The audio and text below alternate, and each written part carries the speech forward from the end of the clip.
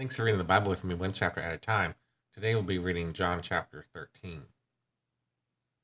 Now, before the feast of the Passover, when Jesus knew that his hour had come to depart out of this world to the Father, having loved his own who were in the world, he loved them to the end.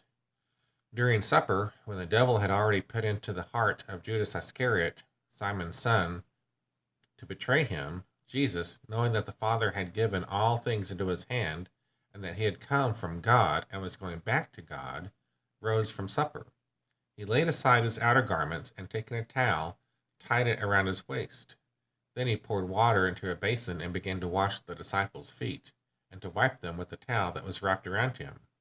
He came to Simon Peter, who said to him, "Lord, do you wash my feet?"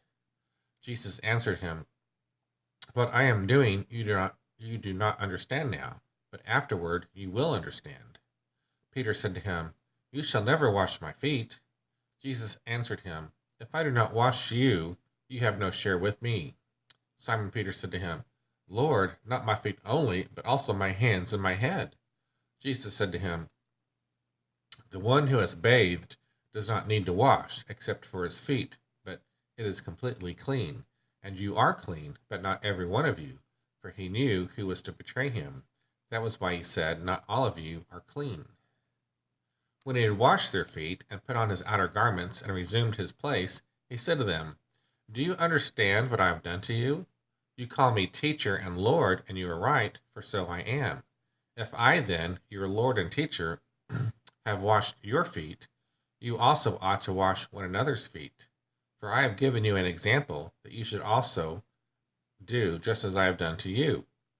Truly, truly, I say to you, a servant is not greater than his master, nor is a messenger greater than the one who sent him. If you know these things, blessed are you if you do them. I am not speaking of all of you. I know whom I have chosen, but the scripture will be fulfilled.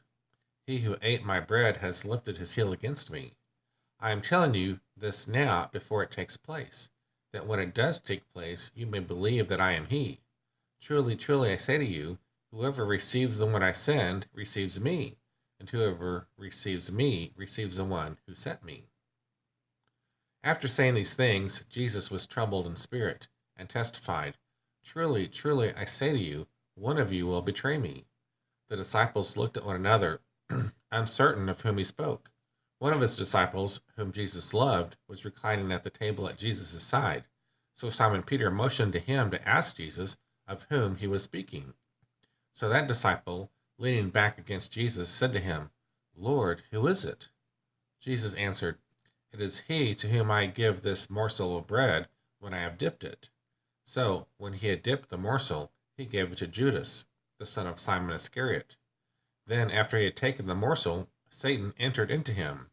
Jesus said to him, "What you are going to do quickly." Now no one at the table knew why he said this to him.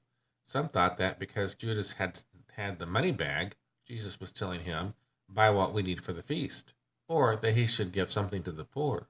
So after receiving the morsel of bread, he immediately went out, and it was night. When he had gone out, Jesus said, "Now is the Son of Man glorified, and God is glorified in him. If God is glorified in him, God will also glorify him in himself, and glorify him at once. Little children, yet a little while I am with you. You will seek me, and just as I said to the Jews, so now I also say to you, where I am going, you cannot come. A new commandment I give to you, that you love one another. Just as I have loved you, you also are to love one another. By this, all people will know that you are my disciples, if you have love for one another." Simon Peter said to him, "Lord, where are you going?"